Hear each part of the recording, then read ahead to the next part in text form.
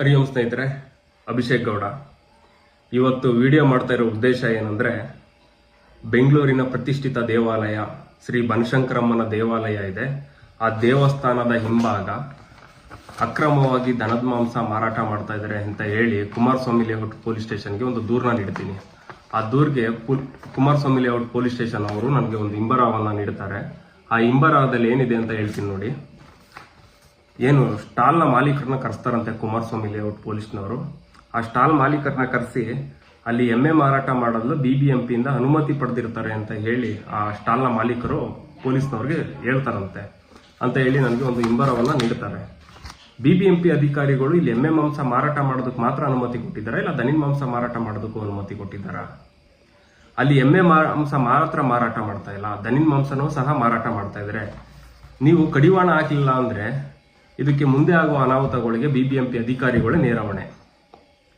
ಮತ್ತೆ ದೇವಸ್ಥಾನದ ಆವರಣದ ಹಿಂಭಾಗವನ್ನೇ ಸಹ ಈ ಎಮ್ಮೆ ಮಾಂಸ ಮತ್ತೆ ದನಿನ ಮಾಂಸನ ಮಾರಾಟ ಮಾಡ್ತಾ ಇದ್ದಾರೆ. ಇದಕ್ಕೆ ಯಾರು ಹೊಣೆ? ಅಲ್ಲಿನ ಆಡಳಿತಾಧಿಕಾರಿನೂ, ದೇವಸ್ಥಾನದ ಆಡಳಿತಾಧಿಕಾರಿಗಳು ಸಹ ಕೇಳೋದಿಲ್ಲ. ಮತ್ತೆ BBMP ಅಧಿಕಾರಿಗಳು ಹಣದ ಆಸೆಗೋ ಮತ್ತೆ ಇನ್ನೊಂದು ಆಸೆಗೋ ಸಹ ಅನುಮತಿನ ಪತ್ರನ ಏಕಾಏಕಿ ಕೊಟ್ಬಿಡ್ತಾರೆ. ಮತ್ತೆ ಏನ್ ಇವರು ಸ್ಟಾಲ್ನ ಮಾಡಿದ್ದಾರೆ, ದೇವಸ್ಥಾನದ ಜಾಗದಲ್ಲಿ ಸ್ಟಾಲ್ನ ಮಾಡಿದ್ದಾರೆ.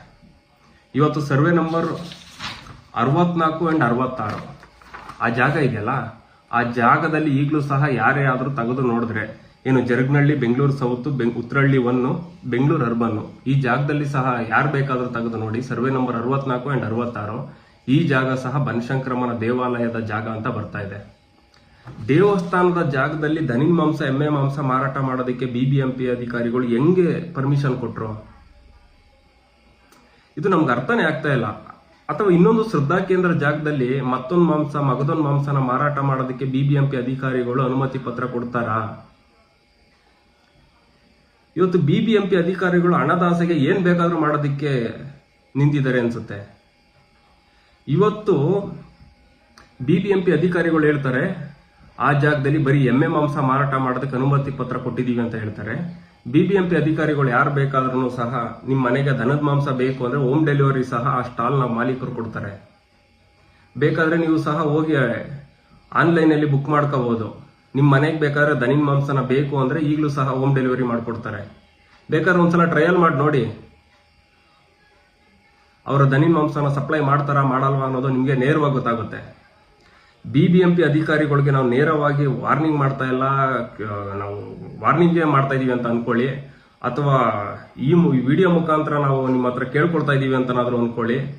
ಆ ಸ್ಟಾಲ್ನ ಓಪನ್ ಮಾಡಿದ್ದಾರೆ, ಅವ್ರ ಮೇಲೆ ಕ್ರಮ ಕೈಗೊಳ್ಬೇಕು, ಆ ಅಂಗಡಿಗಳನ್ನ, ಆ ಸ್ಟಾಲ್ನ ಮುಚ್ಚಿಸ್ಬೇಕು ಅಂತ ನಾನು ಕೇಳ್ಕೊಳ್ತಾ ಇದ್ದೀನಿ.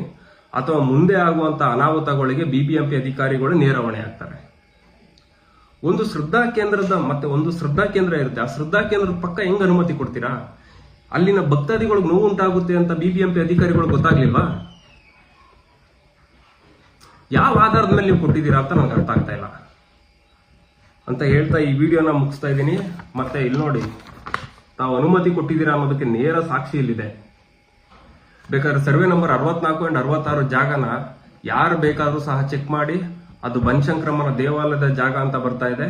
ಈ ದೇವಸ್ಥಾನದ ಜಾಗದಲ್ಲಿ ಯಾರು ಅನಧಿಕೃತವಾಗಿದ್ದಾರೆ ಅವ್ರನ್ನ ತೆರವು ಮಾಡಬೇಕು ಅಂತ ನಾನು ಧಾರ್ಮಿಕ ದತ್ತಿ ಇಲಾಖೆ ಸಚಿವರ ಹತ್ರ ನಾನು ನೇರವಾಗಿ ಕೇಳ್ಕೊಳ್ತಾ ಇದ್ದೀನಿ. ಮತ್ತೆ ಅಲ್ಲಿನ MLA ಆಗಿರುವಂತ ಆರೋಶಕ್ ಸರ್ ಹತ್ರನೂ ಸಹ ನಾನು ನೇರವಾಗಿ ಕೇಳ್ಕೊಳ್ತಾ ಇದ್ದೀನಿ. ಅಲ್ಲೇನಾದ್ರೂ ಅನಧಿಕೃತವಾಗಿದ್ರೆ ವಿರೋಧ ಪಕ್ಷದ ನಾಯಕರು ಸಹ ಧ್ವನಿ ಎತ್ತಿ ಅಲ್ಲಿರುವಂತಹ ಏನು ಸ್ಟಾಲ್ ಆಗಿರಬಹುದು, ಅಲ್ಲಿ ಅನಧಿಕೃತವಾಗಿರುವಂತಹ ಜನರಾಗಿರ್ಬೋದು, ಖಾಲಿ ಮಾಡಿಸ್ಬೇಕು ಅಂತ ನಾನು ಈ ವಿಡಿಯೋ ಮುಖಾಂತರ ಕೇಳ್ಕೊಳ್ತಾ ಇದ್ದೀನಿ. ಮತ್ತೆ ಆ ಜಾಗವನ್ನು ದೇವಸ್ಥಾನಕ್ಕೆ ಉಳಿಸ್ಬೇಕು ಅಂತ ನಾನು ಕೇಳ್ಕೊಳ್ತಾ ಇದ್ದೀನಿ. ಇವತ್ತು ದೇವಸ್ಥಾನದ ಜಾಗ, ಅದು ಸಾವಿರಾರು ಕೋಟಿ ಬೆಲೆ ಬಾಳುವಂತಹ ಜಾಗ.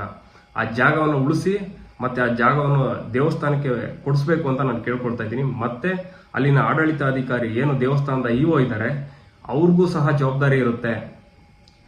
ಅವರು ಭಕ್ತಾದಿಗಳಿಗಾಗಿ ಕೆಲಸ ಮಾಡಬೇಕಾಗಿದೆ, ದೇವಸ್ಥಾನದ ಅಭಿವೃದ್ಧಿಗಾಗಿ ಕೆಲಸ ಮಾಡಬೇಕಾಗಿದೆ. ಅದನ್ನ ಬಿಟ್ಟು ತಿಂಗಳು ಸಂಬಳ ಬರುತ್ತೆ, ಆ ಸಂಬಳನ ತಗೊಂಡು ಎಂಜಾಯ್ ಮಾಡಬೇಕು ಅಂತ ಆ ಜಾಗದಲ್ಲಿ ಕೂತಿಲ್ಲ ಅಂತ ಹೇಳ್ತಾ ನಾನು ಈ ವಿಡಿಯೋನ ಮುಗಿಸ್ತಾ ಇದ್ದೀನಿ. BBMP ಅಧಿಕಾರಿಗಳು ಸೂಕ್ತವಾಗಿ ಕ್ರಮ ಕೈಗೊಳ್ಳಬೇಕು, ಅಲ್ಲಿರುವಂತ ಸ್ಟಾಲ್ನ ಮುಚ್ಚಿಸಬೇಕು ಅಂತ ಈ ವಿಡಿಯೋ ಮುಖಾಂತರ ನಾನು ಕೇಳ್ಕೊತಾ ಇದ್ದೀನಿ. ಜೈ ಹಿಂದ್, ಜೈ ಶ್ರೀರಾಮ್.